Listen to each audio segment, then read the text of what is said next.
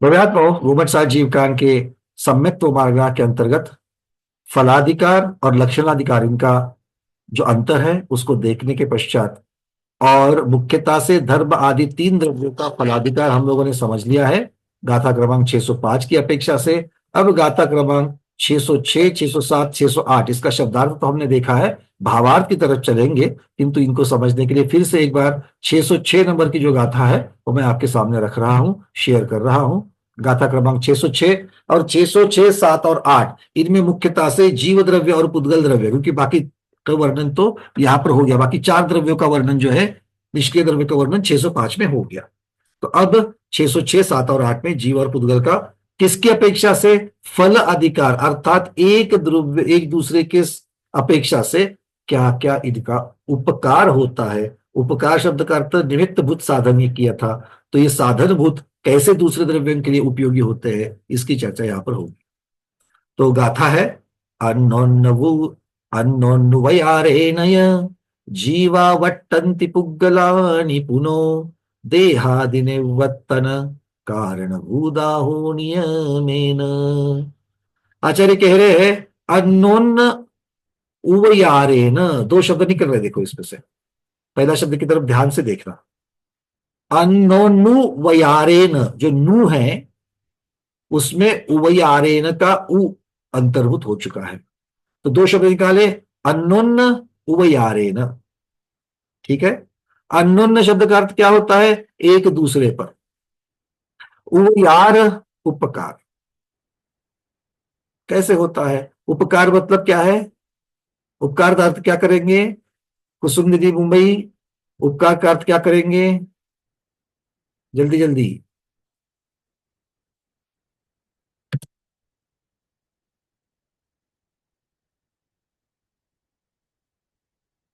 दीदी अनम्यूट हो रहा है, कर लो कर लो। चलो डॉक्टर महीना दीदी आप बताइए तब तक। सहायक। हाँ, सहायक।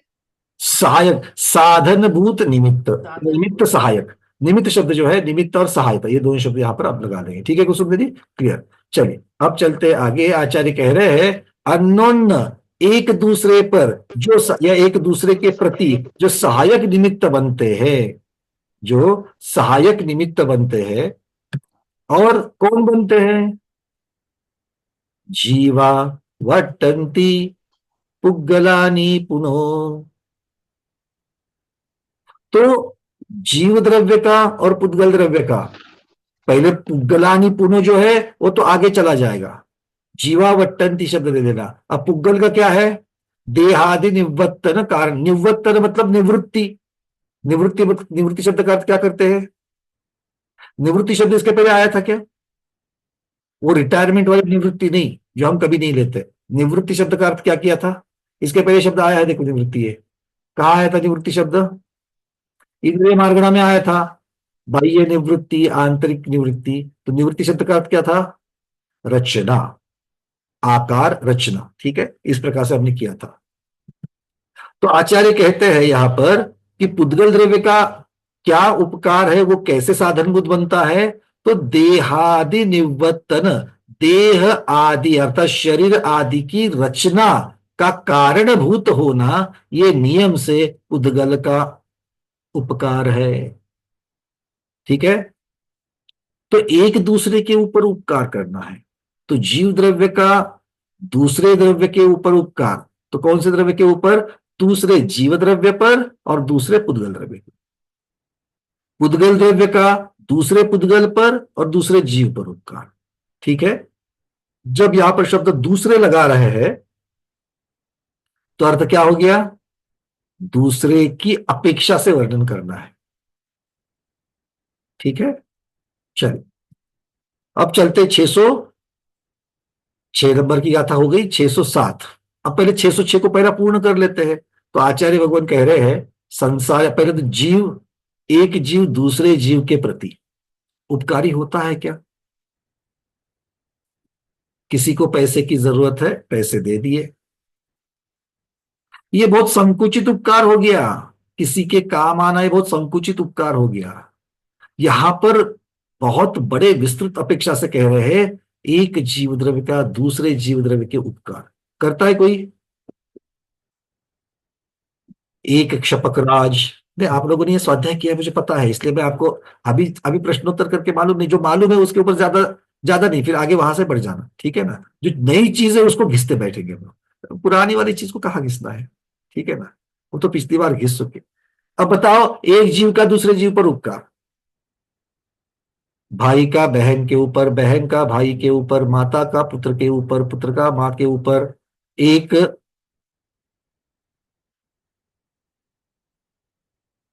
गुरु का शिष्य के ऊपर, शिष्य का गुरु के ऊपर, दोनों एक दूसरे पर उपकार करते हैं। हमारे गुरुओं का हम पर क्या उपकार है? हमारे गुरु हमेशा बताते हैं, पंकज जी मोक्ष मार्ग में चलो, मोक्ष मार्ग पर चलो। जब भी जाते दूसरा कोई चर्चा ही नहीं है, कभी नहीं पूछते कमर का दर्द कैसे है, वो जैसा है जैसा है। अब क्या कर रहे हो, कौन सा व्रत चल रहा है, क्या क्या त्याग किया, क्या क्या पढ़ा, मोक्ष मार्ग पर चलो। अनुव्रत लिए क्यों नहीं लिए, कितने लोगों ने लिए, क्यों नहीं ले रहे हैं? तो गुरु शिष्य के ऊपर उनको मोक्ष मार्ग पे लगाकर उनका स्थितिकरण करके उनके ऊपर उनके मोक्ष मार्ग में सहायक हो रहे हैं। अब आप कहोगे शिष्य कैसे होता है? तो शिष्य गुरु के प्रति उनके मार्ग अनुसार चलकर गुरु पर निमित्त भूत, क्यों? गुरु क्या कर रहे हैं? गुरु प्रभावना अंग कर रहे हैं, स्थितिकरण अंग कर रहे हैं। तो स्थितिकरण करने के लिए दूसरा कोई चाहिए कि नहीं चाहिए वहां पर? तो जो जिसका स्थितिकरण हो रहा है वो भी तो सहकारिता कर रहा है, इसके लिए धर्म प्रभावना का अंग, सम्यक दर्शन का अंग, शोध कारण भावना भाने के लिए शिष्य भी गुरु को उनके अनुकूल चल करके वहां पर सहायता कर। बात समझ में आ गई? जितने लोग अनुव्रत लेते हैं, अनुव्रत एक शब्द हो गया, जितने लोग अनुव्रत लेने के ऊपर गुरु को आनंद क्यों होता है? शिष्य को जब उत्तर आते हैं तो गुरु को आनंद क्यों होता है? अपने आप मुख से सुंदर, बहुत अच्छा, ये शब्द क्यों निकलते हैं? क्योंकि अपना शिष्य ज्ञानवान हो रहा है, वो मोक्ष मार्ग पर आगे बढ़ रहा है, इस चीज की खुशी होती है। तो खुशी होना फायदा हुआ कि नहीं हुआ? किसी को खुशी देना ये निमित्तभूत सहायता है कि नहीं है? हाँ, निमित्त को निमित्त के। तो इस प्रकार से आचार्य भगवान कह रहे, एक जीव का दूसरे जीव के ऊपर उपकार हो गया। परस्पर उपग्रहो जीवानाम, सबको मालूम है। अब पुद्गल द्रव्य, अब जीव का पुद्गल के ऊपर कोई उपकार होता है क्या? जीव का पुद्गल के ऊपर कोई उपकार होता है? होता है। जितने भी पुद्गलों को शिल्पकार शिल्पी सुंदर सुंदर उसकी रचना करते हैं, पेंटिंग्स करते हैं, तो ये भी उसके ऊपर उपकार है। जीव का पुद्गल के ऊपर और कौन कौन से उपकार हो सकते हैं, जरा इसको अब थोड़ा हट करके सोचना है। जो पीडीएफ में है, जो अब तक हमने पढ़ा है, उसको छोड़ करके जीव का जीव के ऊपर उपकार और जीव का पुद्गल के ऊपर उपकार, इसके उदाहरण आपको बताने हैं, क्योंकि इसके लिए चिंतन शुरू हो जाए, इसके माध्यम से चिंतन शुरू हो जाए। आप अभी जो मैंने उदाहरण दिए थे वो भी आप लोगों ने पहले सुने हुए हैं, गुरु शिष्य के बारे में जो है। अब आपको कोई नया देना है जो हमने अब तक नहीं सुना है, ऐसा आपको बताना है। पूर्णिमा दीदी, जीव का जीव के ऊपर या जीव का पुद्गल के ऊपर कुछ भी बताइए। जैसे बरसात का पानी गिरता है तो हम्म। पानी भी एक तरह से तो पुद्गल है ना कि हम्म। जो, तो वो अपने पे आने गिरता है तो वो पुद्गल जीव के ऊपर उपकार करता है। या तो फिर अनाज पकता है खेत के अंदर तो वो भी पुद्गल है, तो फिर वो अपने को देता है तो पुद्गल अपने पे नहीं, वो अनाज अपने को उपकार बहुत करता है। सुंदर, बहुत सुंदर। पुद्गल जीव के ऊपर कैसे उपकार कर रहा है? इस संसारी जीव के ऊपर उसके भोग उपभोग की सामग्री बनकर। हम सब अभी सुख संसारी अवस्था में सुख का अनुभव कर रहे कि नहीं कर रहे? कर रहे हैं।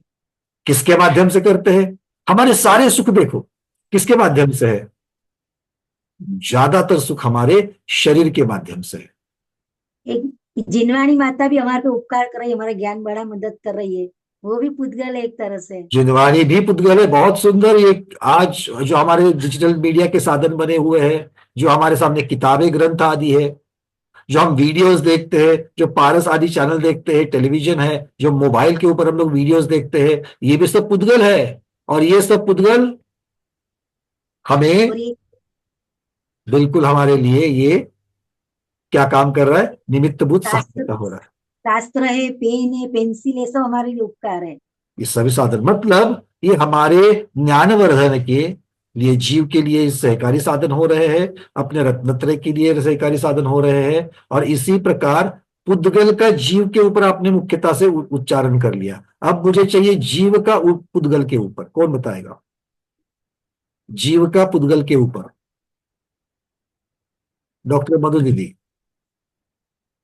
वंदना भैया, जो इस तरीके के कई इंसेक्ट्स होते हैं जो अगर वो नहीं हो जमीन के नीचे और वो उनको नहीं मतलब वो पहले उस जमीन को फर्टाइल कर देते हैं, वो अगर ना हो तो हमारी वो खेती वगैरह वैसी हो नहीं सकती है। और हर मौसम से पहले भी वो पर्टिकुलर टाइप की ब्रीड उनकी आती है बाहर, और वो इकोसिस्टम को फॉलो मतलब इकोसिस्टम को सही ढंग से मेंटेन करवाते हैं। बहुत सुंदर, बहुत सुंदर।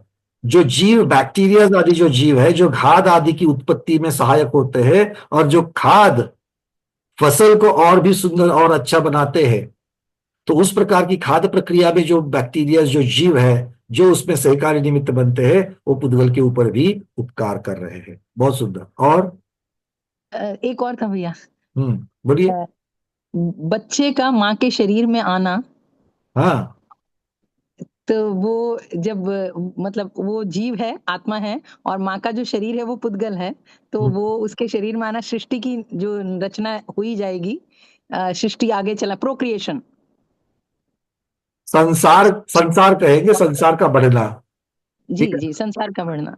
हाँ, तो वो तो संसार के जीव बढ़ने का में तो पुद्गल। मुख्यता से एक जीव और ये पुद्गल, और पुद्गल के द्वारा फिर जीव को मिलने वाला भोग उपभोग और जो मानसिक सुख आदि जो चीजें हैं, इस प्रकार से हम इस चीज को एक दूसरे के ऊपर बता सकते हैं। चलिए, बहुत बढ़िया।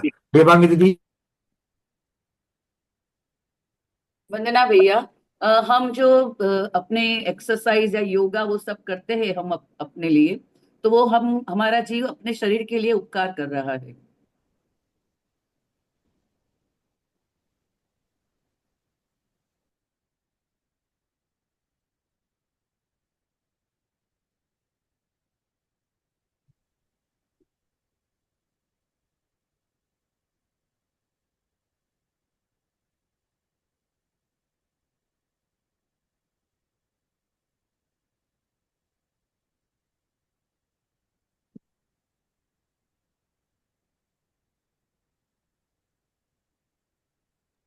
अच्छा, मेरा ही ऑडियो बंद हो गया था। चलिए, हाँ, मीनाक्षी दीदी बोलिए। ईंट और सीमेंट के द्वारा मंदिर बनाते हैं, वो मंदिर अब हमारे जीव के लिए उपकार है। ये जीव के लिए उपकार हो गया, और पुद्गल का पुद्गल के ऊपर भी उपकार हो गया। पुद्गल पर भी उपकार बहुत है बढ़िया, और बहुत अच्छी बात, बहुत अच्छी बात। अरविंद जी। बंदा भी है। पूतगल से शरीर बनता है। पूतगल शरीर मतलब जीव पर उपकार करता है। जीव जो है वो मूर्ति बनाता है, तो जीव पूतगल पे उपकार करता है। वो मूर्ति पे आचार्य श्री सूर्य मंत्र करते हैं, तो वो उसको उपकार करते हैं। और वही मूर्ति हम जीव को मतलब मोक्ष मार्ग बताता है, तो वो सम्यक हमको। दर्शन दिलाता है, बहुत सुंदर। यस। तो वो एक दूसरे के लिए बिल्कुल ये सहायता, एक जीव और एक पुद्गल, इनकी एक दूसरे के प्रति सहायता। अच्छे अच्छे उदाहरण है, आप लोग लिख लेना, ताकि हम लोग घिसे पिटे, बहुत बार घिसे पिटे शब्द खराब होता है, किंतु बहुत बार जाने हुए की जगह पर नया चिंतन जब करते हैं, तो उस चिंतन का फायदा हमें भी तो हो रहा है। चिंतन का फायदा क्या हो रहा है? घर में ध्यान बढ़ रहा है, तो उस तरीके से जाते हैं। ठीक है, चलिए, अंतिम बताइए, स्मिता दीदी। भगवंताची वाणी फिरते ती पण पुद्गलच आहे ना. त्या वाणीमुळे आपण म्हणजे आपल्याला धर्म शास्त्र अंगबाह्य अंगशास्त्र कळेल. म्हणजे भगवंताची दिव्य चलिए रूपाने फिरते ते पुद्गल आहे, ते पुद्गलाचे और उपकार आहे. चलिए, बहुत बढ़िया। अब और उपकार, अब सचमुच में आप लोग उपकार मतलब किसी की भलाई करना इस अपेक्षा से उपकार कह रहे हो। मुझे निमित्त बुद्ध साधन की अपेक्षा एक पुद्गल का पुद्गल के ऊपर बताइए, एक पुद्गल का दूसरे पुद्गल के ऊपर, इसके ऊपर थोड़ा सा। कुसुम दीदी, अच्छा कुसुम दीदी एक बात बताइए, अभी अनम्यूट तो हो चुका है आपका। अच्छा कुसुम दीदी बताइए, आप घर में दूध तो आता है आपके यहाँ पर? आता है ना? आता है, हाँ, दूध गर्म भी करती हो आप हमेशा? करते तो गर्म कैसे करती हो? गैस स्टोव चालू करके। हाँ, तो गैस स्टोव, और वो जो गर्माहट है, वो जो गैस जल रही है, वो जो उष्णता है, वो क्या है? पुद्गल है। और जो पुद्गल से दूध गर्म हो रहा है, तो उसके गर्म होने में निमित्त सहाय बना कि नहीं बना? हमेशा उपकार शब्द हम लोग अभी भी अपने के ऊपर किसी की भलाई करना इस अपेक्षा से ले रहे हैं, इसलिए हम लोगों का ब्लॉक हो रहा है चिंतन। यहाँ पर निमित्त होना, कारणभूत होना, ये विषय अगर हम लोग दिखाने करके, आपको इतनी सारी चीजें दिखेगी। रेफ्रिजरेटर है, पानी की पर्याय बदलने में, बर्फ बनने में निमित्त सहाय हो रहा है कि नहीं हो रहा है? तो एक पुद्गल का दूसरे पुद्गल के ऊपर। हाँ, इलेक्ट्रिसिटी है, इलेक्ट्रिसिटी है, आज प्रकाश कर रही है बल्ब के, लैंप के द्वारा, तो एक पुद्गल का दूसरे पुद्गल के निमित्त सहायक हो रहा है। और इसके साथ में फिर आप इसको जीव को ये भी भोग की सामग्री के साथ में जोड़ सकते हो। ठीक है, चलिए स्वाति दीदी बोलिए जल्दी से, क्योंकि भाई आप लोगों को इसलिए दे रहा हूं समझ से कि आपका चिंतन चले। बोलिए फटाफट। मिट्टी पुद्गल है भैया जी, और उस पर काम करने के लिए हम औजार जो यूज करते हैं वो भी पुद्गल है। बहुत बढ़िया, तो औजार आदि जो बनाए जाते हैं तो वो भी पुद्गल का पुद्गल के ऊपर उपकार है। चलिए अब थोड़ा सा आगे बढ़ते हैं, और थोड़ा सा और दूसरे प्रश्नों के लिए आपको मैं अभी दूंगा। अच्छा एक मिनट, मैना दीदी के पास कुछ तो नया मिला है उनको, बोलो दीदी। हाँ, मैं कह रही हूँ कि जिनवानी जो बाहर पुराने जिनवानी के पत्ते थे वो सब फट रहे थे, उसको धवला और उसको ताम्रपत्र पे लिखना था, वो भी तो पुद्गल का पुद्गल के ऊपर ऊपर, बहुत जो सुंदर, कि हमेशा के लिए बहुत सुंदर, सुरक्षित हो गया। बहुत सुंदर। रिसाइकलिंग करो जिनवानी को और फिर से नई जिनवानी बने, या फिर ताम्रपट आदि जो बने, ये भी पुद्गल का पुद्गल के ऊपर उपकार कहा जाएगा। तो आचार्य भगवान अब क्या क्या कहते देखते हैं। संसारी जीव का संसारी जीव के ऊपर उपकार, एक जीव दूसरे जीव के सुख और दुख में निमित्त होता है। होता है। परिवार आपके सुख के लिए कारणभूत है कि दुख के लिए कारणभूत है? सोच समझ करके उत्तर देना। जो दोनों कह रहे हैं ना, वो सोच समझ करके दे रहे हैं। ठीक है ना?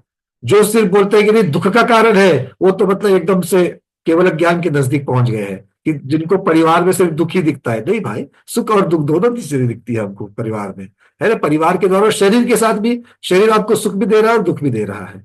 तो इस प्रकार से ये हम लोग एक जीव का दूसरे जीव के प्रति निमित्त होना। आचार्य भगवान कहते हैं स्वामी और सेवक तथा आचार्य और शिष्य इत्यादि रूप से वर्तना करना, वो भी परस्पर उपग्रह है। स्वामी तो धन आदि देकर सेवक का उपकार उसके निमित्त, उसके सुख दुख में निमित्त बनता है, और सेवक हित का आचरण करके अहित का निषेध करके स्वामी के साथ वो उपकार कर रहा है। आचार्य दोनों लोकों में मतलब यह लोक और परलोक, दोनों लोकों के लिए अनुकूल प्रवृत्ति, मतलब वो जो उपदेश है उस उपदेश के अनुसार मोक्ष मार्ग में स्थित करते हैं, और जो शिष्य है वो भी आचार्य के अनुकूल प्रवृत्ति करके आचार्य के ऊपर उपकार करते हैं। गुरु की सेवा शुश्रूषा, वैयावृत्त आदि करना, ये एक जीव का दूसरे जीव के प्रति, और फिर उसके बदले में उनको सुख की प्राप्ति होना, शुभ के उपयोग में रहना, शुभ के कर्म का बंध होना, ये सब दूसरे जीव के लिए निमित्त हो जाएगा। एक स्वाध्याय भी, अब ये तो गुरु शिष्य की छोड़ दो, एक स्वाध्याय दूसरे स्वाध्याय के प्रति कैसे हो सकता है? होता है कि नहीं होता है? जाकर के देखो, बुंदेलखंड में, मुंबई में, गांधीनगर में, उदयपुर में, गुलबर्गा में, और कहां कहां जहां जहां हमारा स्वाध्याय परिवार है, सब जगह पर। नाम तो मैंने 4 ही गिनाए।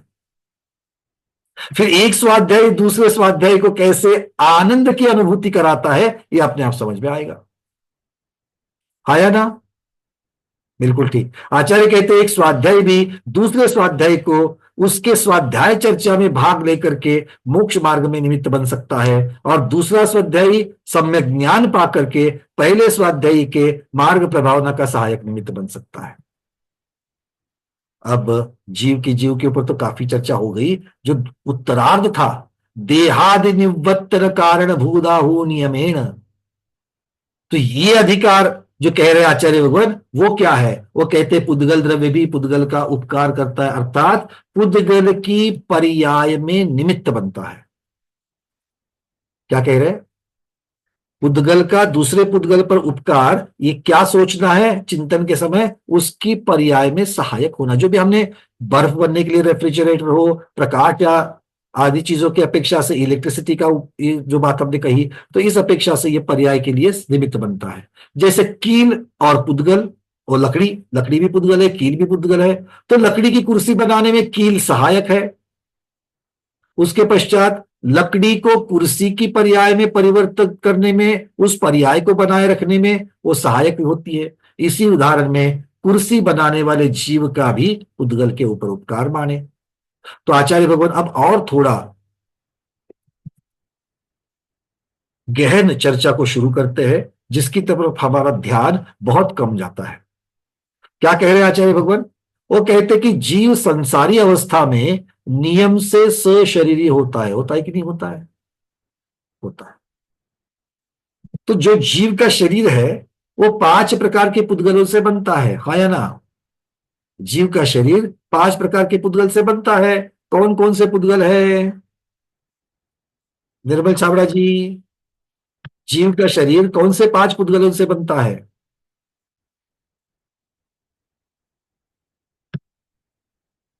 निर्मल जी अनम्यूट करिए।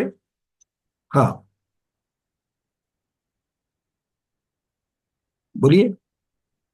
इस स्पर्शन रचना ग्रहण चक्षु पांचेंद्रिय, ये तो कार्य हो गया। कौन से 5 पुद्गलों से ये सब चीजें होती है? हमें जो रॉ मटेरियल की अपेक्षा 5 पुद्गल कौन से हैं कि जिनकी वजह से हमें ये सारी चीजें करने के लिए मिलती है?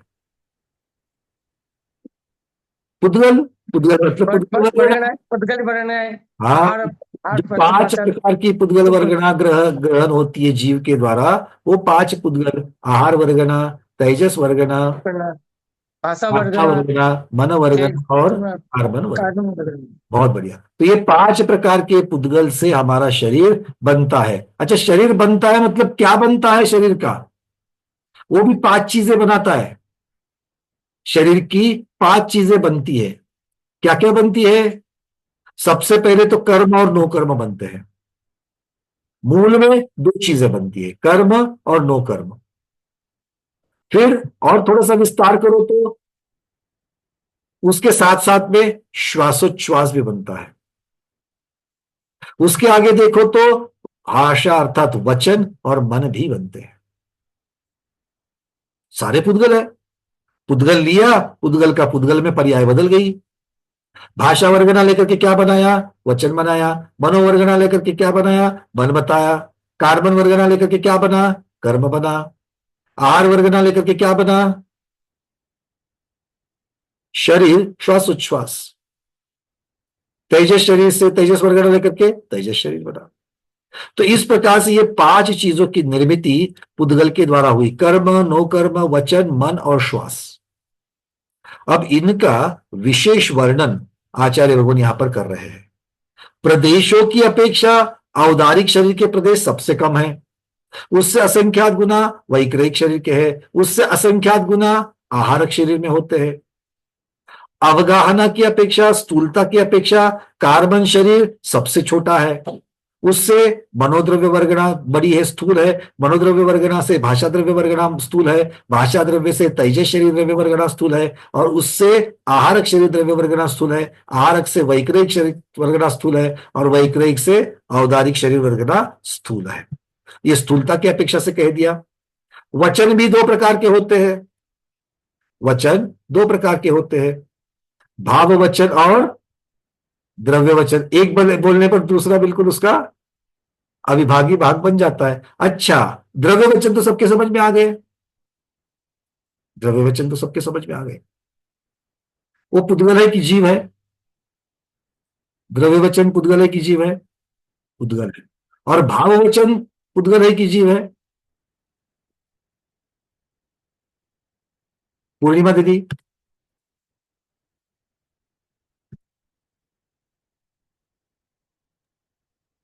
क्योंकि भाव वचन तो जीव है ना, क्योंकि वो स्वर नाम कर्म से और अंगोपांग नाम कर्म से, सरी नाम कर्म से उसकी रचना होती है। दीदी भाव, प्रश्न मेरा बहुत सीधा है, भाव वचन जीव है कि पुद्गल है? जीव जीव जीव है ना। जीव है। और कितने लोगों को लग रहा है कि वचन जो है वो जीव है?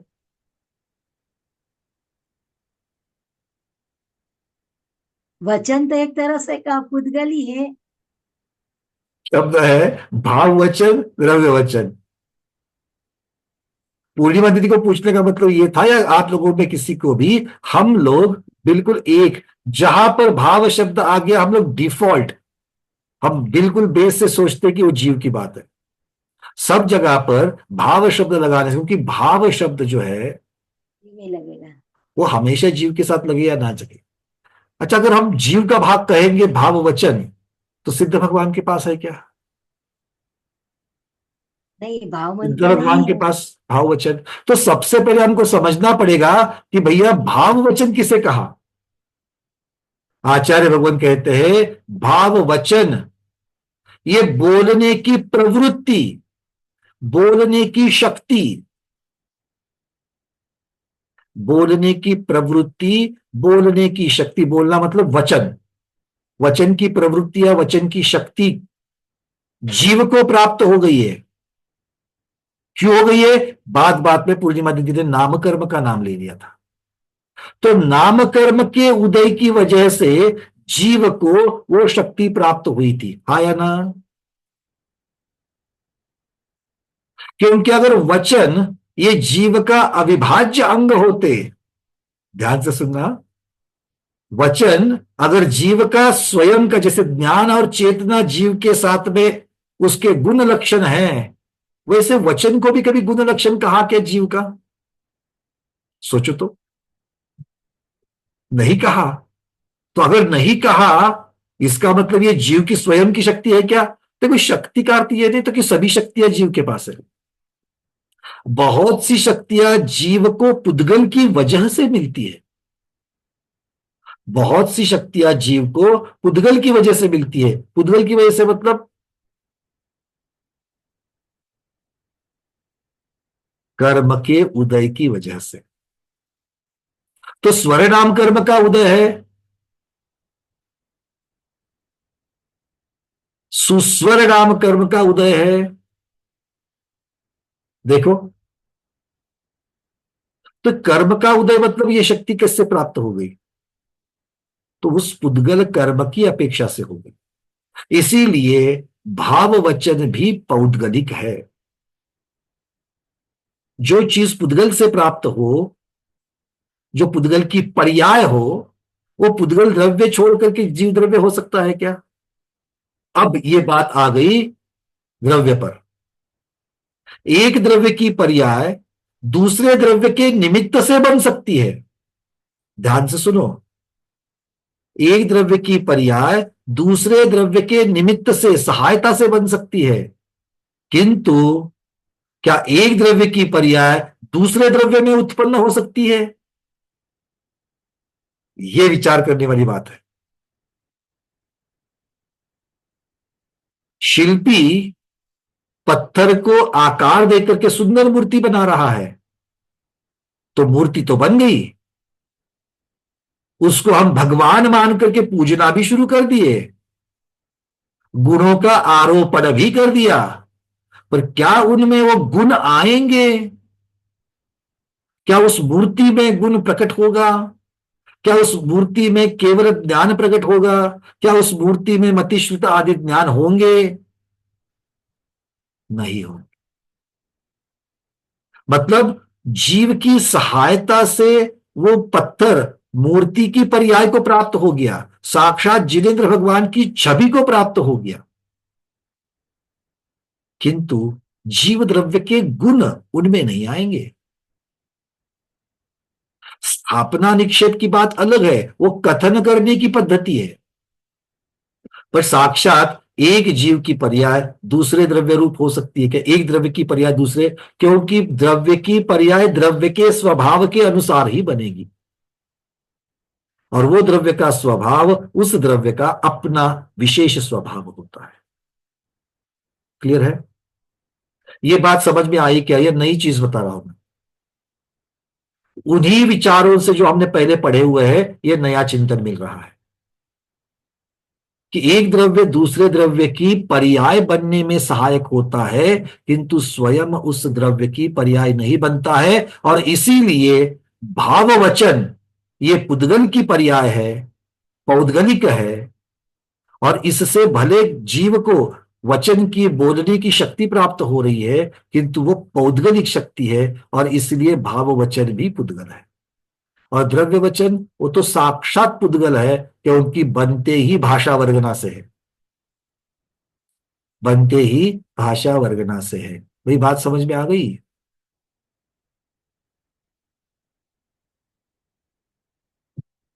आप लड्डू बनाते कि नहीं बनाते हो? घूम फिर करके लड्डू बनते, लड्डू बनाते कि नहीं बनाते? स्वरा दीदी, लड्डू बनते कि नहीं बनते घर में? बनते। सारी सामग्री होने के पश्चात उस लड्डू को दबा दबा करके गोल कौन बनाता है? आप बोलोगे जीव। बिल्कुल जीव। पर जीव को वो शक्ति कहां से मिली? अगर अकेले जीव में यह शक्ति होती किसी के सहायता के बिना, जैसे जीव में ज्ञान और चेतना किसी की भी सहायता के बिना, किसी की हेल्प के बिना है कि नहीं है, वैसे जीव में ये दबाने की, ये ऐसे ऐसे दबाने की शक्ति, क्योंकि अगर जीव में होती तो सिद्ध भगवान में भी होती, बिना शरीर के बन जाती। ये बिना शरीर के बन रहा है क्या? पौद्गलिक शक्ति है कि नहीं है? किससे प्राप्त हो रही है? पुद्गल की वजह से हो रही है। आत्मा में परिस्पंदन हो रहा है। आत्मा की पर्याय बदल रही कि नहीं बदल रही है? स्वयं शुद्ध द्रव्य आत्मा में परिस्पंदन होना, ये उसका स्वभाव है क्या? हा या ना बोलने से पहले सोचो भाई।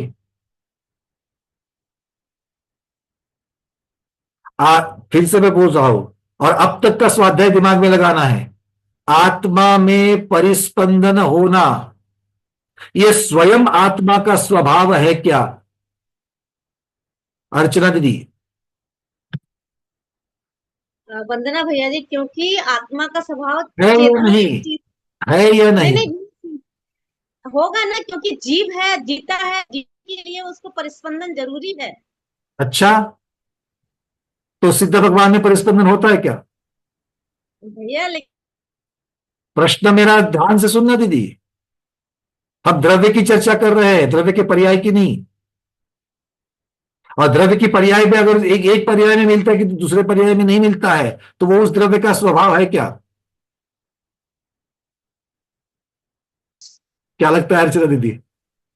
भैया कि अगर आप, क्योंकि अगर आप जीव द्रव्य के प्रदेशों में परिस्पंदन होना, स्वयं की स्वभाव से परिस्पंदन होना, अगर ऐसा मानोगे तो प्रदेश से प्रदेशांतर हो जाएगा, और शुद्ध जीव द्रव्य में भी प्रदेश से प्रदेशांतर पाया जाएगा, वो क्रियावान हो जाएगा। अच्छा, राइट। और शुद्ध द्रव्य को क्या कहा है? निष्क्रिय। क्यों कहा है? सिद्धा अच्छा, वो पिछला वाला याद आ गया, सिद्ध आत्मा शुद्ध द्रव्य है। क्लियर है? तो यही तो हम कह रहे हैं कि हमको अपने सिद्धांत को हमेशा जागृत रखना है। भैया अभी नया नया स्वाध्याय है, आपसे बहुत सीखने को मिल रहा है। प्रदेश से प्रदेशांतर होना, ये किसकी वजह से हो रहा? अभी आप में और हम में प्रदेश से प्रदेशांतर हो रहे कि नहीं है? हो रहे हैं। हो रहे। चल प्रकार के है, अचल प्रकार के है, चलाचल प्रकार के, सब ढूंढ करके आ गए। अभी आत्मा में परिस्पंदन क्यों हो रहा है? अच्छा, कितने प्रकार का हो रहा है अर्चना दीदी बोलो? अभी आज आपकी अर्चना दीदी यहां पर अभी इस प्रश्न के लिए रिप्रेजेंटेटिव। चलो, हाँ, जीव में कितने प्रकार का परिस्पंदन हो रहा है? कितने निमित्त से हो रहा है? निमित्त? हाँ भैया पुद्गल एक सबसे बड़ा निमित्त तो पुद्गल है। निमित्त मानना पड़ेगा कि नहीं? क्यों? क्योंकि जीव द्रव्य में स्वयं से तो परिस्पंदन नहीं होता है, और किसी पर्याय में दिख रहा है। कौन सी पर्याय में दिख रहा है? संसारी पर्याय में जीव द्रव्य का परिस्पंदन हो रहा है कि नहीं हो रहा है?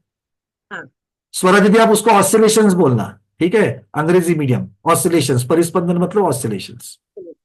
तो वो ऑसिलेशंस हो रहे कि नहीं हो रहे? हो रहे। क्यों हो रहे? जब ओरिजिनल जीव में नहीं है फिर भी यहां पर प्राप्त हो रहे, मतलब जीव जिनके साथ रह रहा है उनकी वजह से प्राप्त हो रहा है।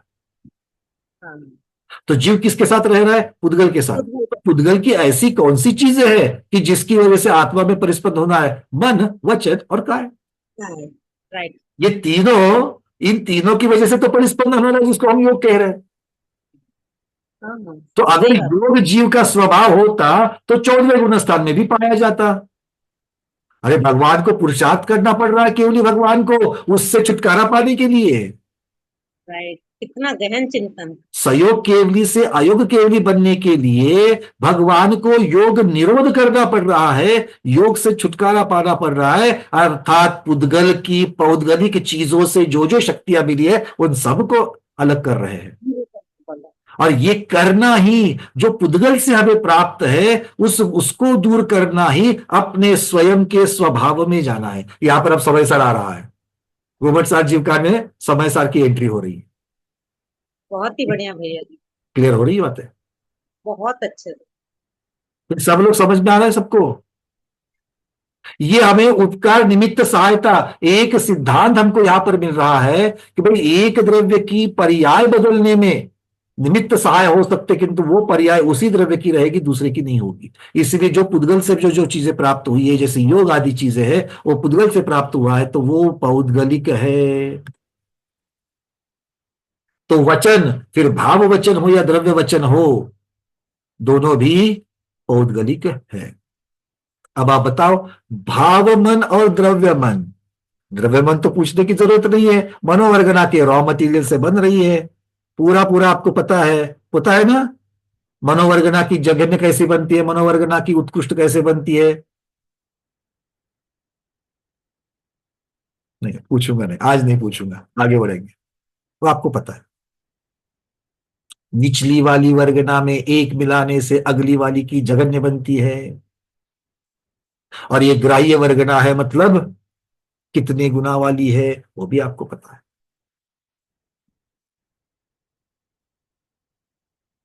तो द्रव्य मन तो पौद्गलिक है, भाव मन पौद्गलिक है कि नहीं है? क्या लगता है?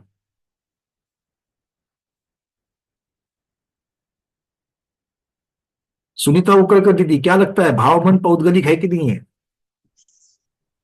भाव मन भी पौद्गलिक ही है। बहुत अच्छा, क्यों?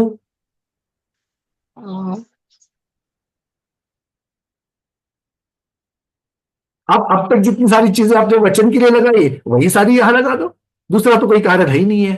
सबसे पहले देखना है कि भाई भाव मन प्राप्त क्यों होता है। सिद्ध भगवान में भाव मन है क्या?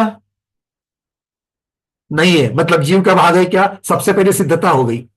जो चीज सिद्ध भगवान में नहीं है वो जीव की नहीं है, क्योंकि जो जो जीव का स्वभाव है वो सारा का सारा सिद्ध भगवान में है। हमारे पास एक संदर्भ रेफरेंस आइडल बना हुआ है जिसकी तरफ देख सकते हो, भैया इनमें है क्या? अगर इनमें है तो जीव में है,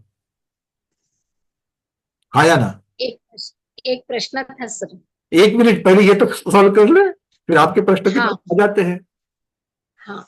तो अब बताइए, जो शिव सिद्ध जीव द्रव्य में नहीं है, सिद्ध भगवान में भाव मन नहीं है, और सिद्ध भगवान क्या, वो तो केवली अर्हत केवली भगवान के पास भी नहीं है।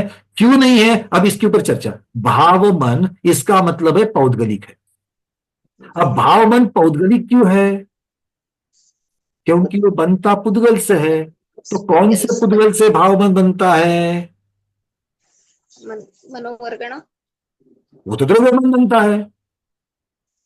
भाव मन का कोई संबंध नहीं, वो तो द्रव्य मन बनाने के कारण में आ गई। तो भाव मन किसने बनाया? अच्छा, भाव मन किसे बनते पहले बोलते ये तो बताओ। और मीनाक्षी दीदी का बहुत अच्छा रटा हुआ है, उनको पूछ लेते, 2 मिनट रुक दो। हाँ मीनाक्षी दीदी बोल दो, भाव मन, बहुत देर से वो वेट कर रही है। भाषा वर्गणा से भावमन होता है। अरे अरे अरे दीदी पूछ बन गई। एक मिनट मनोवर्गणा से भाव ये मन बना। मनोवर्गणा से तो द्रव्य मन बनाना, भाव मन कहाँ से बनेगा? आपने तो उड़ा दिया। वीरांतराय और मति ज्ञानावरण के क्षयपशम से होता है और अंगोपान नाम कर्म के उदय से होता है। बहुत बढ़िया, बहुत सुंदर। तो किन्हीं कर्मों के क्षयोपशम से और किन्हीं कर्मों के उदय से, है कि नहीं? अब कर्म के उदय से यह बात तो पक्की हो गई कि वो कर्म से संबंधित है, ये तो क्लियर सबके समझ में आ रहा है। जो कर्म के उदय से है वो पौद्गलिक है, वो कार्मिक है। पर कर्म के क्षयोपशम से जो उत्पन्न होता है उसे क्या कहेंगे? अभी पौद्गलिक है। वो पौद्गलिक है क्योंकि कर्म के संबंध से हो रहा है। कर्म क्षयोपशम शब्द का अर्थ क्या है? पाड़ाव करना। क्या करना? पड़ाव करना। तो अभी भी जितना आपने पड़ाव कर लिया है उससे उसको शक्ति मिली है, उससे उसको, क्योंकि आपने पड़ाव किसका किया है? बंदोबस्त किसका किया है? बाधा का किया है। किसका किया है? जो ऑब्स्टेकल्स थे, जो बाधाएं थी, उसका किया है पड़ाव। और वो बाधाएं क्या थी? कर्म। कर्म क्या है? उद्गल है। तो आपने उनका पड़ाव कर दिया, मतलब क्षय किया है या क्षयोपशम किया है? किसी का क्षयपशम, किसी का हाँ, किसी का क्षय किसी का उपशम नहीं दीदी, उन्हीं का क्षय उन्हीं का उपशम। कर्म का ही तो कर रहे हो, बस इस समय में जो उदय में आ रहा है उस उदयाभावी क्षय, और जो अभी तक उत्पन्न उदय में नहीं आया है उनका सदवस्था रूप उपशम। इसका अर्थ ये कि ये सारा कर्म से संबंधित है, कर्म से संबंधित है अर्थात पुद्गल से संबंधित पौद्गलिक है, इसलिए भाव मन भी पुद्गलिक है। ठीक है, क्लियर है सबको? चलिए, बहुत। अब सुनीता दीदी आपका प्रश्न बोलिए, क्या कहना चाहती है? सर अभी योग की बात चल रही थी, तो अभी मैंने फूलचंद शास्त्री जी की योग मार्गणा पढ़ी, तो उसमें था कि आत्मा का योग गुण है और संसारी जीव का सकंप है और सिद्धों में निष्कंप योग है। बहुत बढ़िया। अब इसका अर्थ कराइए।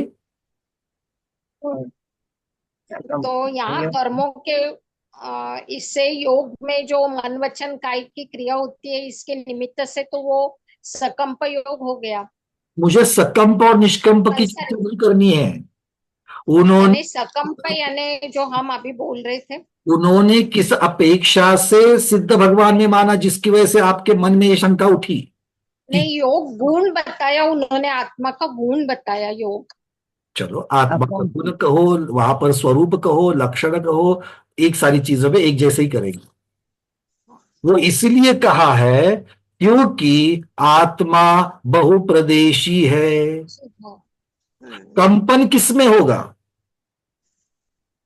आत्मा के प्रदेशों में होना। प्रदेशों में होगा मतलब वहां पर प्रदेश होने चाहिए। तो इसीलिए ये स्यातवत वचन है कि चूंकि आत्मा प्रदेशवान है, बहुप्रदेशी है, प्रदेश उसका स्वरूप है, इसीलिए योग वहां पर उसका लक्षण मान सकते हैं। किंतु कैसा योग? निष्कंप। निष्कंप योग। ये जो चीज ये कथन करने की पद्धति की अपेक्षा से है, अगर साक्षात जहां पर परिस्पंदन होना, जिसको सकंप होना, उस सकंप को जहां पर योग माना है योग मार्गणा में, उस अपेक्षा से वो सिर्फ संसार में पाया जाएगा। किंतु कंपन किसमें होता है? प्रदेशों में। और चूंकि प्रदेश आत्मा में होते हैं, इसीलिए उस अपेक्षा से, प्रदेश की अपेक्षा से, जैसे बहुप्रदेश 9वें गुणस्थान में 10वें गुणस्थान में जीव को सरागी माना कि नहीं माना? माना। उनको जहां जहां तक उनके अपने अपने गुणस्थान तक जीव को संज्ञा के साथ माना कि नहीं माना? माना है। परिग्रह संज्ञा के साथ में माना कि नहीं माना?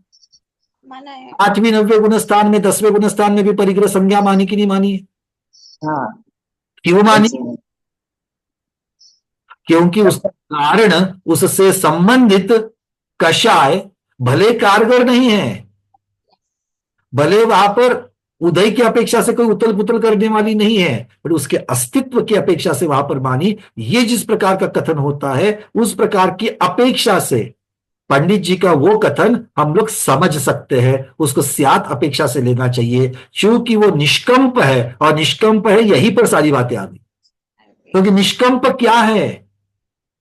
प्रदेश कंपन नहीं है भगवान के आत्म प्रदेश में, और आत्म प्रदेशों का होना वही योग के का, क्योंकि आत्म प्रदेश ही नहीं होंगे तो कंपन किस पे होगा? ठीक है, क्लियर है? बट और बहुत सुंदर। इस प्रकार की चर्चा बाकी के द्रव्यों को निष्क्रिय ठहराने में क्यों कारणभूत हो गई? क्योंकि धर्म द्रव्य, अधर्म द्रव्य, आकाश द्रव्य में प्रदेश तो है, बट वो सकंप कभी भी तीनों कालों में नहीं होते हैं, इसलिए उनको हमेशा के लिए निष्क्रियता का ठप्पा लगा दिया। चूंकि यहां पर कभी क्रियावान कभी निष्क्रिय, इस प्रकार की चर्चा है, इसलिए स्यात शब्द से इस चीज को हमें अर्थ लगाना चाहिए। देखो, हम यही कहते हैं, क्योंकि विद्वानों के हो, आचार्यों के हो, उन वचनों का अर्थ अगर नहीं लगाएंगे तो हमारे मन में प्रश्न आता। क्योंकि देखो, अभी सुनीता दीदी को प्रश्न क्यों लगा? हम जब चर्चा कर रहे हैं भाव मन के पौद्गलिक होने की या योग के पौद्गलिक होने की, तो उनके दिमाग, अरे मैंने तो पढ़ा है कि पंडित जी ने तो वहां पर कहा है कि वो तो सिद्ध भगवान में भी पाया जाता है। मान रहे हैं। तो अपने मन में शंका उत्पन्न होना बिल्कुल लाजमी है, बट अगर उसको वो पढ़ते वक्त उसका अर्थ अगर हम लोग अपनी सही जगह पर लगा देंगे तो बिल्कुल भी जिज्ञासा का उत्तर वही मिल जाता है। क्लियर है सब लोगों को? आत्म प्रदेशों की अपेक्षा से लेना है वहां की अपेक्षा, स्वरूपवाद की अपेक्षा से वहां पर लेना है, प्रदेशी होने की वजह से वहां पर कहा गया है। ठीक है, चलिए। नहीं तो फिर पंडित जी को बोलना पड़ेगा कि पंडित जी आप उसको, पंडित जी या जो भी है, सिद्ध करो जिस चीज का अस्तित्व। देखो, शून्य वर्गणा क्यों क्यों कहा? शून्य वर्गणा का अस्तित्व है? नहीं है। फिर भी शून्य वर्गणा नामकरण है कि नहीं है? उसका एक अलग कैटेगरी बनी कि नहीं बनी? और एक नहीं, 4 जगह पर आई, 4 प्रकार की शून्य वर्गणा। तो किन्हीं अपेक्षा से जिनका अस्तित्व नहीं है उसका भी वर्णन किया जाता है। चलिए आगे बढ़ते हैं।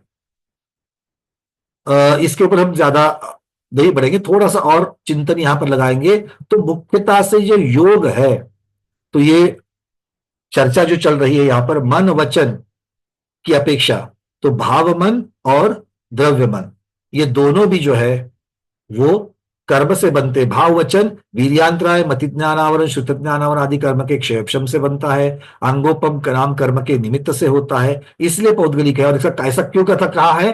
कारण का कार्य में उपचार करके। कार्य क्या है?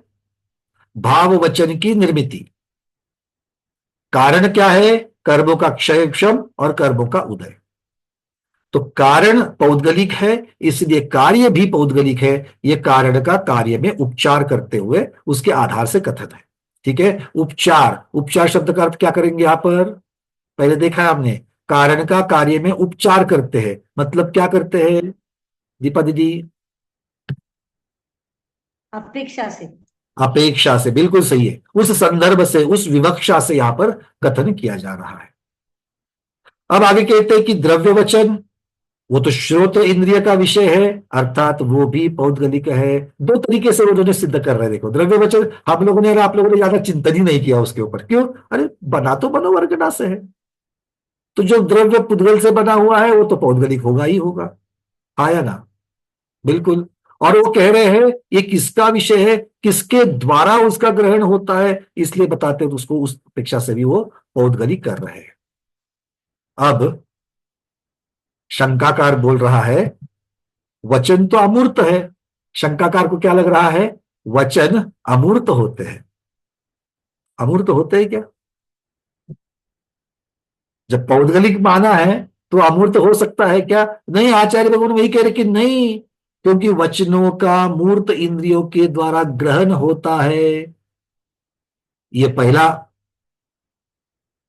दृष्टांत या सबूत। दूसरा, वचन दीवार आदि के द्वारा रुक जाते हैं। रुकते कि नहीं रुकते हैं? बाजू के रूम में क्या आवाज आ रही है, आपको सुनाई देती है क्या? जो नहीं बोल रहे और हाँ बोल रहे, आपने बाजू वालों के रूम की आवाजें सुनने का क्यों प्रयास किया?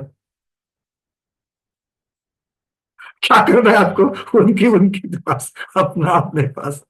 किंतु खैर मनोरंजन को छोड़ दीजिए। तो साउंड प्रूफ जहां पर होती चीजें है, तो साउंड प्रूफ एक अर्थ क्या होता है, वहां से वचन बाहर नहीं जा सकते। तो आप कैद किसको कर सकते हो, मूर्तिक को या अमूर्तिक को?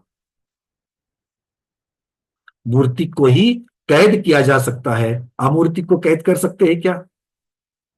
अगर कैद कर सकते तो हम अपने दादाजी को, परदादा को, नाना जी को, परनाना जी को, सबको करके रखते, है ना। उनकी आयु पूर्ण हो गई, जाने नहीं देंगे, आपको पकड़ के रखेंगे यहां पर। पकड़ पाया कोई? नहीं पकड़ पाए, क्योंकि वो पकड़ में आने वाली चीज नहीं है। आचार्य आगे कहते हैं, प्रतिकूल वायु आदि तथा अन्य कारणों से भी उनमें बाधा बन जाती है। किनमें? शब्दों में बन जाती कि नहीं बन जाती है? और सहायता भी मिलती है।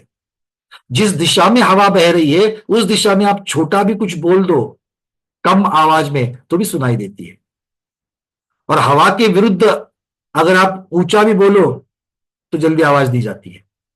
इसका मतलब क्या है कि वचनों में वायु आदि की अपेक्षा से बाधा भी निर्माण होती है। इसका अर्थ यह है कि ये सारी चीजें शब्द के मूर्तपने को सिद्ध करते हैं। कितनी सुंदर तरीका है, देखो, किसी चीज को सिद्ध करने के लिए दृष्टांत और सिद्धांत, ये दोनों चीजों को लेकर के आचार्य भगवान हमेशा समझाते हैं। ये आपको क्यों बता रहा हूं मैं?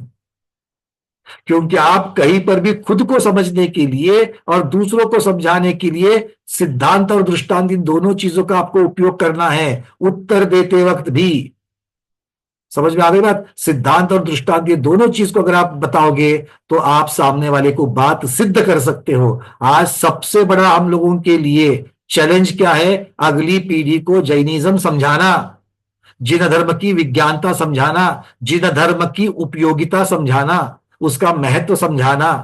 वो कब हो सकता है? सिद्धांत और दृष्टांत से।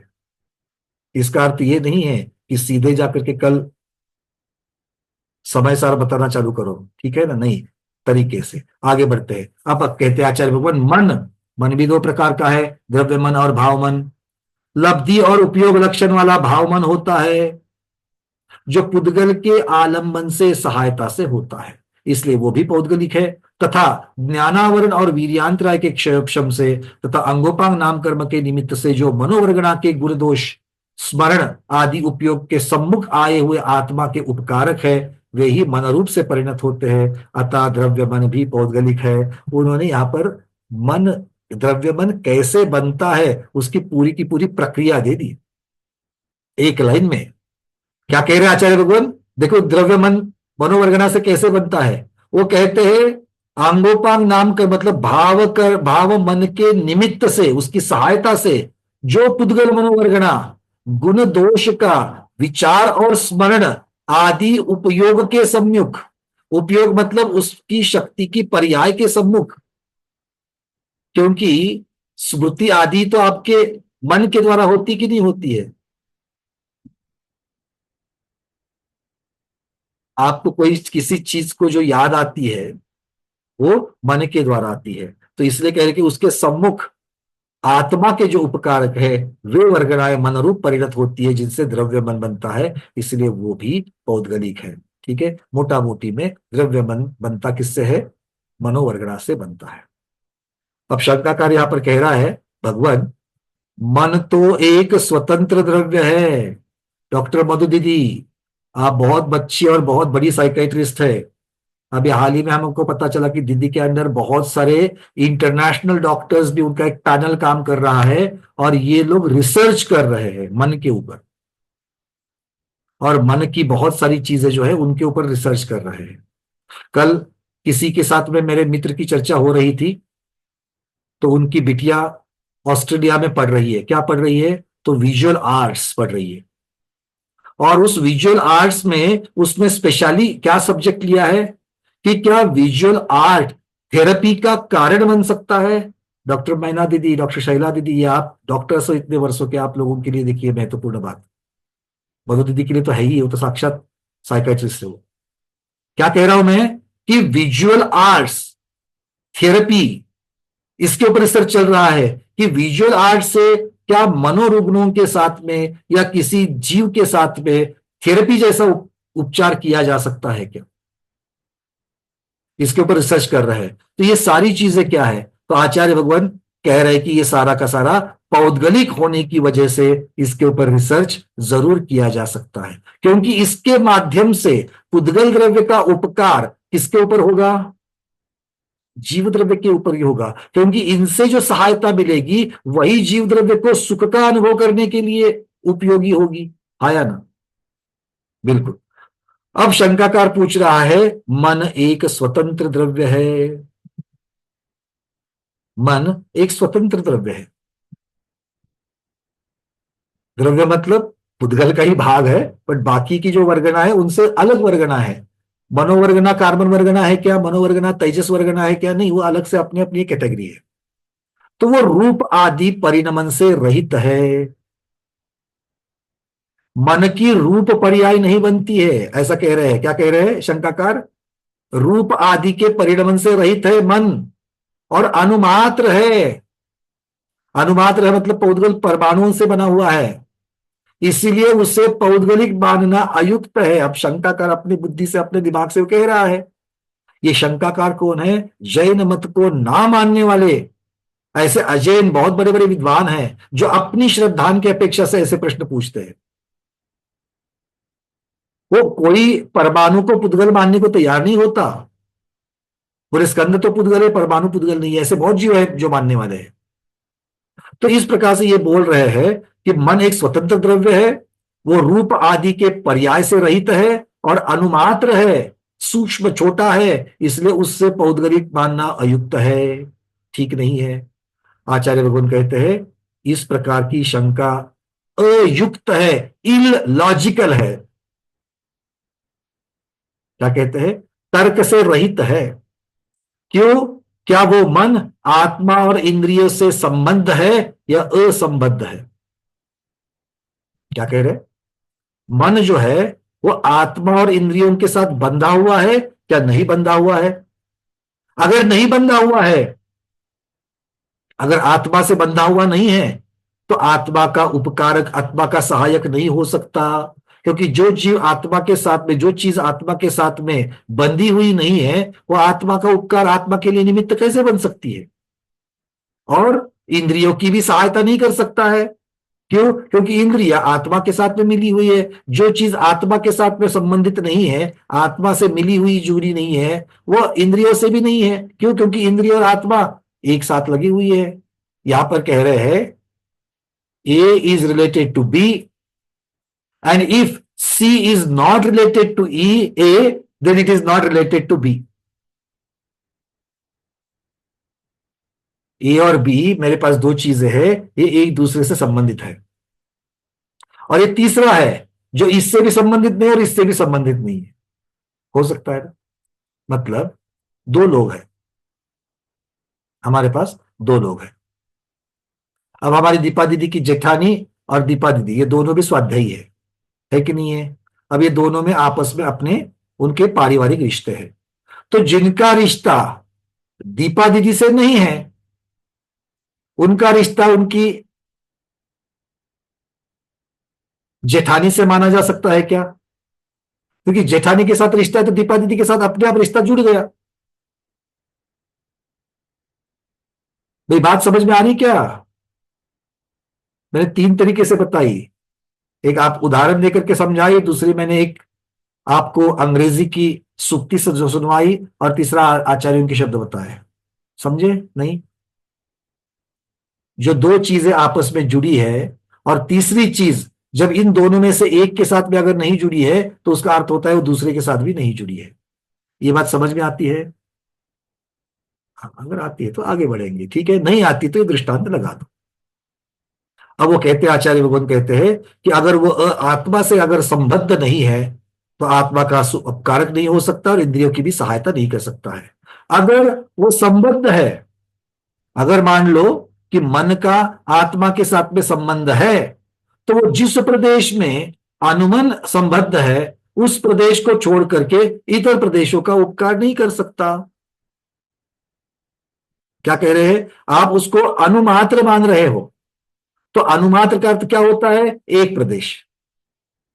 तो इसका अर्थ क्या हो गया? अगर आत्मा से मन संबंधित है तो इसका मतलब एक प्रदेश से ही संबंधित है। अगर एक प्रदेश से संबंधित है तो बाकी के प्रदेशों से संबंधित नहीं है, यह अर्थ हो जाएगा। मतलब मन आत्मा के असंख्यात प्रदेशों से सिर्फ एक प्रदेश के साथ में जुड़ा हुआ है, बाकी प्रदेशों के साथ नहीं जुड़ा है, ये इसका अर्थ होता है। और इन सभी की वजह से ये सिद्ध होता है कि सबसे पहली बात, मन अणुमात्र नहीं है। एक अणु से, एक परमाणु से मन नहीं बनता है, यह सबसे पहली बात। दूसरा, मन जीव के सभी आत्म प्रदेशों से व्याप्त होकर के स्थित होता है, यह भी इससे सिद्ध होता है। और इसीलिए इसको स्वतंत्र द्रव्य मानना गलत है, ये आचार्य भगवत सिद्ध करते हैं। ठीक है, सूक्ष्म चर्चा थी पर बड़ी सीधी थी, सीधी सादी थी। शंकाकार ने ऐसा शंका उठाई थी कि भगवान, हम द्रव्य मन को जो है वो पौद्गलिक नहीं मान सकते। अगर आपने उसको पौद्गलिक माना है और ये चीज समझ में नहीं आ रही है तो 2 मिनट के लिए चिंता नहीं करना। मैं तो मानता हूं शंकाकार ने नहीं माना तो मुझे क्या करना है, वो अपने पास है कि नहीं है। अब जिनको इंटरेस्ट है कि शंकाकार ने क्यों नहीं माना, वो आचार्य भगवान का उत्तर जरूर सुन ले। उन्होंने कहा, शंकाकार कह रहा है कि वो एक परमाणु से बनता है इसीलिए वो पौद्गलिक नहीं है। दूसरा, उसने कहा कि वो परिणमन नहीं करता रूप आदि में, इसलिए वो पौद्गलिक नहीं है। फिर आचार्य भगवान ने उनको बताया, भैया सबसे पहले तो ये बताओ कि जो मन है आपकी दृष्टि से वो आत्मा के साथ में बंधा हुआ है कि नहीं बंधा हुआ है। तो 2 उत्तर मिल सकते हैं, बंधा हुआ है नहीं तो नहीं बंधा हुआ है। वो बोले अगर बंधा हुआ ही नहीं है तो फिर आत्मा के किसी भी काम में निमित्त नहीं हो सकता। पर आत्मा के लिए ज्ञान पाने के लिए निमित्त है। मति ज्ञान में मन के द्वारा भी हम लोग ज्ञान पाते हैं, इसका मतलब है आत्मा से उसका संबंध है। तो पहली चीज को खारिज कर दिया। अगर आत्मा से संबंध है और आप जैसा कहते हैं वैसे एक अनुमात्र है, तो अनु है मतलब एक प्रदेश को ही व्याप्त कर रहा है, और आत्मा कितने प्रदेशों को व्याप्त करता है? ऐसे असंख्यात प्रदेश है हमारे पास। तो अर्थ ये हो गया कि एक प्रदेश वाला अगर अनुमात्र अगर आप लोग मन को मानते हैं तो फिर एक प्रदेश से ही संबंधित हो जाएगा, बाकी प्रदेशों पर संबंधित नहीं होगा। पर साक्षात में ऐसा नहीं है। क्यों? क्योंकि साक्षात में मन सभी प्रदेशों के ऊपर व्याप्त है। हाँ या ना? हाँ, इसलिए आप जो कह रहे हैं वो गलत है, ये आचार्य भगवान यहां पर कह रहे हैं।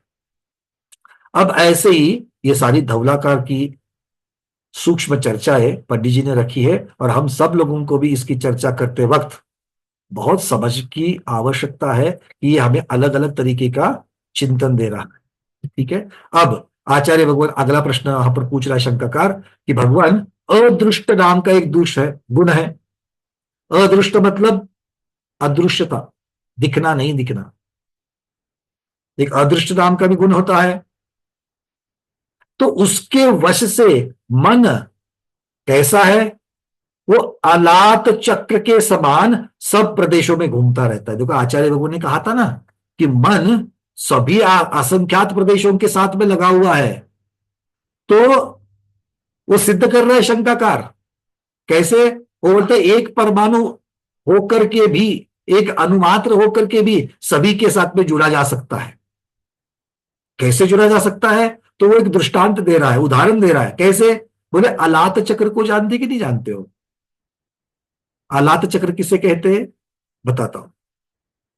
आप लोगों ने कभी एक अगरबत्ती ली है, जलती हुई अगरबत्ती, उसको लेकर के अगर ऐसा ऐसा ऐसा ऐसा फास्ट घुमाएंगे तो उसका एक प्रकाश का चक्र बन जाता है।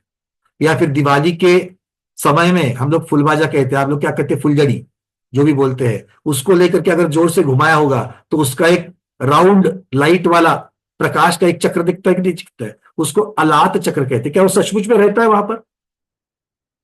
नहीं, पर चूंकि वो इतना फास्ट घूमता है, आपको 360 डिग्रीज में वो वर्तुलाकार में, चक्राकार में सब जगह पर है ऐसा आपको लगता है।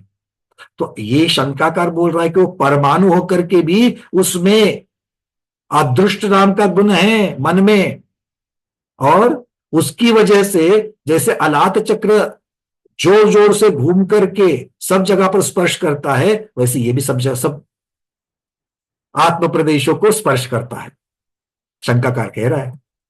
आचार्य भगवान कहते हैं कि ऐसा नहीं हो सकता। क्यों? क्योंकि अदृष्ट नाम के गुण का इस प्रकार का सामर्थ्य नहीं पाया जाता। अदृष्ट नाम का गुण का इस प्रकार का ये सामर्थ्य नहीं होता। क्यों? क्योंकि अमूर्त और निष्क्रिय आत्मा का अदृष्ट गुण है। कौन से आत्मा का है? आत्मा मेरे पास दो प्रकार की है, एक मूर्त आत्मा है, एक अमूर्त आत्मा है। मूर्त आत्मा कौन सी है? संसारी आत्मा। अमूर्त आत्मा कौन सी है? शुद्ध जीव वाली आत्मा। तो अदृश्य गुण किसमें है? आपको कौन सी जीव दिखता है? संसारी जीव दिखते हैं। सिद्ध भगवान शुद्ध जीव दिखते हैं क्या? नहीं दिखते। मतलब जो अमूर्त है, जो शुद्ध है, उसमें ही अदृश्य ये गुण होता है। जो मूर्त है और जो सक्रिय है, क्रियावान है, ऐसे संसारी आत्मा में ये गुण नहीं पाया जा सकता। और मन क्या है? संसारी जीव के साथ में लगा है क्या शुद्ध जीव के साथ लगा है? संसारी जीव के साथ में लगा है। तो संसारी जीव के साथ में अगर लगा है तो जो मूर्त के साथ में लगे वो मूर्त ही होता है। मूर्त के साथ लगकर अमूर्त भी मूर्त हो जाता है। और इसीलिए ये बात यहां पर सिद्ध हो रही है कि पुद्गल मन जो है वो मूर्तिक है और पौद्गलिक है। इस प्रकार से आचार्य भगवत ये यहां पर उसको सिद्ध कर रहे हैं। ठीक है। वो कहते हैं कि देखा जाता है कि वायु नामक द्रव्य विशेष जो है, द्रव्य विशेष मतलब जो वायु हवा होती है, वो स्वयं क्रिया वाला और स्पर्श वाला होकर ही वनस्पति में परिस्पंद का कारण होता है। वायु वनस्पति में परिस्पंदन निर्माण करता है कि नहीं निर्माण करता है? करता है। क्यों निर्माण करता है? क्योंकि वो स्वयं परिस्पंदन वाला है। जो स्वयं परिस्पंदन वाला होता है वो दूसरे में परिस्पंदन की उत्पत्ति कराता है। परंतु अदृष्ट गुण जो है इससे विपरीत लक्षण वाला होता है। इसीलिए अदृष्ट लक्षण से कोई किसी को क्रियावान नहीं बना सकता है, अर्थात क्रिया का हेतु नहीं हो सकता है। अब यहां से आगे श्वास और निश्वास अर्थात श्वासोच्छ्वास का प्रकरण शुरू हो जाएगा, किंतु आज हमारा समय पूर्ण हो चुका है। तो श्वासोच्छ्वास ये पौद्गलिक होता है, ये पुद्गल का ही कार्य होता है। इसकी चर्चा हम कल की क्लास में करेंगे। आज इतना ही रखते हैं। अगर एक आध दूसरा प्रश्न हो तो हम उसको ले रखते हैं। उसका हमारे पास ऑलरेडी 3:30 बज चुके हैं। तो डॉक्टर मधु दीदी आपका एक प्रश्न लेता हूं, भी बोलिए। भैया कंफ्यूजन हो गया। आत्मा के चेतन गुण को हम तो आज तक भावमन कहते थे, तो फिर ये पौद्गलिक भावमन और वो चेतन गुण? नहीं, कभी भी आत्मा के चेतन को हमने भावमन नहीं कहा, भाव कहा, मन नहीं कहा। क्योंकि भाव शब्द के अर्थ अलग अलग होते हैं। भाव तो पुद्गल के साथ भी होते हैं और भाव जीव के साथ भी होते हैं। भाव शब्द का अर्थ होता है गुण, स्वभाव। तो वो जो आत्मा का चेतन गुण है वो हमारे वो आत्मा का भावों को, मनन को कंट्रोल करता है ना? वो आत्मा का भाव है। वो किसको कंट्रोल करता है? मतलब हमारे जो मनन करने की कैपेसिटी है। नहीं नहीं नहीं, देखो मनन करने की कैपेसिटी दो चीजों से बनी है जी। मनन करने की कैपेसिटी दो चीजों से बनी है। एक पुद्गल और उसके साथ जुड़ा हुआ आत्मा। क्योंकि मनन करने की कैपेसिटी सिर्फ और सिर्फ 12वें गुणस्थानवर्ती जीव तक ही है, उसके आगे नहीं है। क्यों? क्योंकि मन, भाव मन बनता ही कर्म के क्षयोपशम से है। और क्षयोपशम वाली सारी चीजें 12वें गुणस्थान के अंत में खत्म हो जाती है। जो खत्म हो गया है वो कार्य नहीं कर सकता है, जिसका अस्तित्व ही नहीं है वो कार्य नहीं कर सकता है। और इसीलिए वो केवली भगवान में भी नहीं है और सिद्ध भगवान में तो है ही नहीं। तो इसका चैतन्य मन से कोई कनेक्शन नहीं। बिल्कुल, मतलब भाव मन और चेतना, किसकी चेतना? तो संसारी जीव की चेतना के साथ में लगा हुआ भाव मन है। संसारी जीव के साथ में कर्म का क्षयोपशम लगा हुआ है। ठीक है जी जी भाई। इसलिए संसारी जीव में वो पुद्गल और जीव इनका मिलाजुला कार्य दिखता है। और ये कार्य शुद्ध जीव में नष्ट हो जाता है, वो है ही नहीं है, क्योंकि वहां पर ना पुद्गल है ना पुद्गल के साथ संबंधित आत्मा, दोनों भी चीज वहां पर नहीं। तो भाव वचन भाव मन ये दोनों पौद्गलिक हैं, ये क्लियर है। इसीलिए आचार्य भगवंत ने जो शब्द लगे ना कि ये सारी शक्तियां जीव में, फिर वो भाव वचन की हो या फिर भाव मन हो, ये जीव को शक्ति प्राप्त हुई है, ये ओरिजिनल शक्ति अपनी स्वयं की नहीं है, ये प्राप्त हुई है। क्यों? संगति की वजह से प्राप्त हुई है। जब साथ खत्म होगा पुद्गल का, तब ये शक्ति अपने आप निकल जाएगी। जी ठीक है, चलो दीपा दीदी आपका प्रश्न, फिर पूर्णिमा दीदी और अर्चना दीदी और अरविंद जी, 4 प्रश्न लेते हैं बस, चलिए। नहीं है मेरा। अच्छा ठीक है, पूर्णिमा दीदी। भैया जी, आज स्वाध्याय में एक बात ऐसी निकली थी, जैसे 13वें गुणस्थान में केवली समुद्घात करते हैं, तो उस समय उनके जो आत्मा के प्रदेश होते हैं, तो वो क्या दिन में 3 बार निकलते हैं? किसमें निकलते हैं? 3 बार अवश्य निकलते हैं। कहाँ पर निकलते हैं, मतलब क्या? आप समुद्घात की चर्चा करते हैं? आत्मा प्रदेश जो आप फैलते हैं ना अपने लोक पूर्ण तक, तो वो बोले कि 3 बार निकलते हैं। और लेकिन ये जीव इतना रचा पचा रहता है कि उसको किसी भी चीज को उसकी अनुभूति नहीं होती है, यूं यानी कि वहाँ अपना उपयोग नहीं है यूं। लेकिन भगवान यानी कि केवल भगवान के जो आत्म प्रदेश, वो दिन में 3 बार अवश्य अवश्य ही शब्द लगाया है। मतलब आप कहना कि एक दिन में 3 बार समुद्घात होता है, ये आप कहना चाहती हो? कि एक समुद्घात में 3 बार जीव के आत्म प्रदेश बाहर निकलते हैं, ये आप कहना चाहती हो? यानी कि जो आत्म प्रदेश है ना, दिन में 3 बार निकलते हैं। एक काम करना ना, वो जो भी वक्तव्य है वो थोड़ा सा हमको भेज देना, क्या है, किस अपेक्षा से क्या है, कौन से ग्रंथ के आधार से है, उसका अर्थ क्या है, उसका अर्थ कैसे समझना है, इन चीज को हमको देखना पड़ेगा, फिर इसकी हम लोग चर्चा करेंगे। ठीक है, ये आचार्य विद्यासागर जो समय उपदेशना है ना, उसके भाग 2 में दिया हुआ है ये वाला। कृपया मुझे भेज दीजिए, ताकि कुछ इंटरेस्टिंग चीज है वो कहा, क्योंकि आ रही है आचार्य के द्वारा आ रही है, कहाँ से है, उसका अर्थ कैसे लेना है। जैसे अभी निष्कंप और सकंप से हमारा कंफ्यूजन किसी का भी हो सकता था, तो उसका सही अर्थ क्या निकालना है, क्या किस अपेक्षा से कहा, ये जब तक नहीं देखेंगे तब तक ये नहीं समझेगा। ठीक है, चलिए अर्चना दीदी बोलिए, और उसके बाद अंतिम प्रश्न अरविंद जी। भैया जी, ये अदृश्य वाला दृष्टांत थोड़ा सा और क्लियर करिए ना, मुझे थोड़ा क्लियर नहीं हुआ था। अदृश्य गुण, क्योंकि ये जो शंकाकार है उसने एक तो मन को परमाणु मात्र माना था, और परमाणु मात्र होकर के जब आचार्य भगवान ने ये सिद्ध कर दिया कि अगर परमाणु मात्र है तो वो सभी पूरे के पूरे आत्मा के साथ में संबंधित नहीं हो सकता। राइट। ये जब उन्होंने सिद्ध कर रहा है, तो उसको प्रतिप्रश्न करने के लिए वो शंकाकार ये कह रहा है कि कोई बात नहीं है, परमाणु मात्र है, किंतु उसमें अदृश्य नाम का गुण है, उसकी वजह से वो सभी आत्म प्रदेशों को स्पर्श करते रहता है, घूमते रहता है। और उसके लिए उसने दृष्टांत दिया अलाद चक्र का। ठीक है, तो ये ऐसा नहीं हो सकता, ये आचार्य भगवान ने फिर से सिद्ध कर दिया। उन्होंने क्या कहा, अदृष्ट नाम का गुण जो है वो शुद्ध द्रव्य में पाया जाता है। और शुद्ध द्रव्य में क्यों? जो अमूर्तिक है वो अमूर्तिक में वो पाया जाता है, अदृश्य नाम का गुण। वो बोले मूर्तिक में नहीं पाता, क्योंकि अदृश्य होना, अदृष्टता होना वो अमूर्तिक है, अमूर्तिक नहीं दिखेगा। मूर्तिक कैसे क्यों नहीं दिखेगा? किसी के देखने की क्षमता की अपेक्षा से नहीं कह रहे, कोई भी नहीं देख पाएगा। अदृष्ट नाम का गुण क्या है? कोई भी उसको नहीं देख पाता है। तो कोई भी किसको नहीं देख पाता है? तो जो अमूर्तिक है उसको कोई भी नहीं देख पाएगा। तो भैया जी एक चीज बताइए, अपन को देव लोग भी नहीं दिखते। अरे वो तो अपनी क्षमता है दीदी, अपनी क्षमताएं नहीं है, अपनी इसलिए क्षमता की अपेक्षा से वर्णन है कि हमको नहीं दिखते हैं। वही किस प्रकार से दिख सकता है, किस प्रकार से नहीं दिख सकता, ये सारी चीजें हैं। इसी प्रकार जो सूक्ष्म जीव है ना, अड़ते हैं ना अड़ाते, तो ये भी अपनी क्षमताओं से बाहर हो गए, इसलिए नहीं दिखते। लेकिन उनको अदृश्य नहीं बोल सकते, ऐसा ना? बिल्कुल नहीं कह सकते। अदृश्य आचार्य भगवान ने 2 चीजों की वहां पर आवश्यकता कही, एक निष्क्रियता और दूसरी अमूर्तता। जो अमूर्त है और निष्क्रिय है, सिद्ध भगवान अमूर्तिक भी है और निष्क्रिय भी है। हाँ, धर्म द्रव्य अधर्म द्रव्य अमूर्तिक भी है, निष्क्रिय भी है। तो इस अपेक्षा इनमें अदृष्ट गुण जो है वो लगा सकते हैं। जी भैया जी, अब एकदम क्लियर 100%। चलिए अरविंद जी।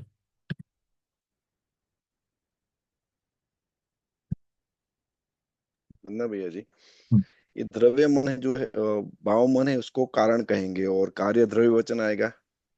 बिल्कुल। भा, भाव और मन, भाव मन शक्ति प्रदान कर रहा है हम्म। मनोपर्याप्ति के द्वारा, रॉ मटेरियल मनोवर्गना का लेकर के द्रव्य मन बनेगा। और मन में भी ऐसा होगा, भाव मन जो है वो कारण होगा, और द्रव्य मन, वो शक्ति रूप है पर्याप्ति, और फिर बनेगा। और जहां हमने जहां आत्मा, पर्याप्ति के प्रकरण में हमने ये वाला चार्ट मतलब हम्म, पहले कौन सा फिर कौन सा ये हम्म, क्रिया क्रम से बनाई है। हाँ बोलिए। और आत्मा प्रदेश है वहां, मतलब मन भी है, मतलब ऐसा मन हुआ। सभी आत्म प्रदेशों पे लगा हुआ है। बराबर है, ठीक है, वरना भैया जी। तो क्योंकि वो भाव मन जो है वो बना कर्मों से है, और कर्म प्रत्येक आत्म प्रदेश के साथ में लगा हुआ है। ठीक है, वरना थैंक यू।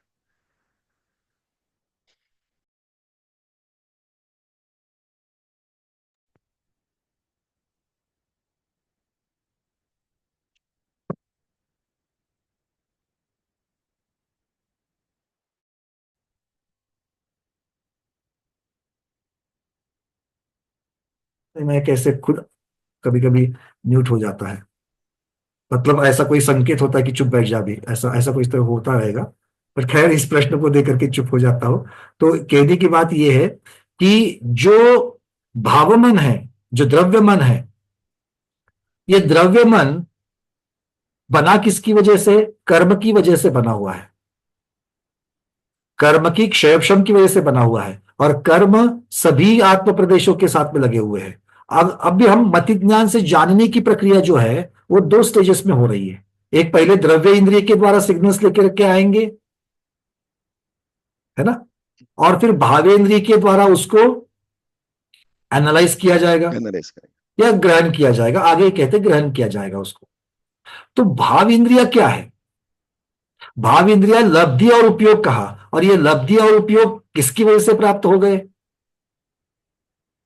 ये आत्म प्रदेश में अब मिली हुई शक्तियां है। ये शक्तियां कौन सी है? ये आत्म प्रदेश को मिली हुई शक्तियां है, या आत्मा को मिली हुई शक्तियां है। तो आत्मा को शक्तियां कहां से मिली? कर्म के उदय से और कर्म के क्षयक्षम से मिली। इसलिए ये आत्मा की पौद्गलिक शक्ति है। जब इंद्रिय मार्गना चल रही थी तो हमने सिर्फ दो बड़े बड़े भाग किए थे, ये फिजिकल पुद्गल का भाग, द्रव्येंद्रिय उपकरण, और भावेंद्रिय जीव का भाग। ऐसा क्यों किया था? क्योंकि वहां पर वर्णन सिर्फ पुद्गल और जीव की अपेक्षा से अलग अलग करना था। यह जीव की शक्ति है, किंतु जीव की शक्ति है तो क्या वो शुद्ध जीव में पाई जाती है या अकेले संसारी जीव में पाई जाती है? ये वर्णन अभी यहां पर चल रहा है, इस मार्गणा में चल रहा है, और सूक्ष्मता में उसका और बाइफर्केशन हो रहा है। ठीक है, क्योंकि अगर वो जीव की होती तो शुद्ध जीव में भी पाई जाती, शुद्ध जीव में नहीं मिल रही है, तो उत्तर दिख रहा है कि भाई सिर्फ संसारी में है, और वो संसारी में ही होगी क्योंकि वो संसार में कर्म के द्वारा प्राप्त हुई है।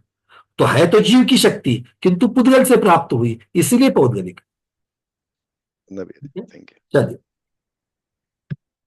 तो आज के स्वाध्याय में इतना ही रखते हैं। आज के स्वाध्याय को गुरुओं के श्री चरणों में बारंबार नमोस्तु वंदामि इच्छाकार करते हुए यही पर समापन करते हैं।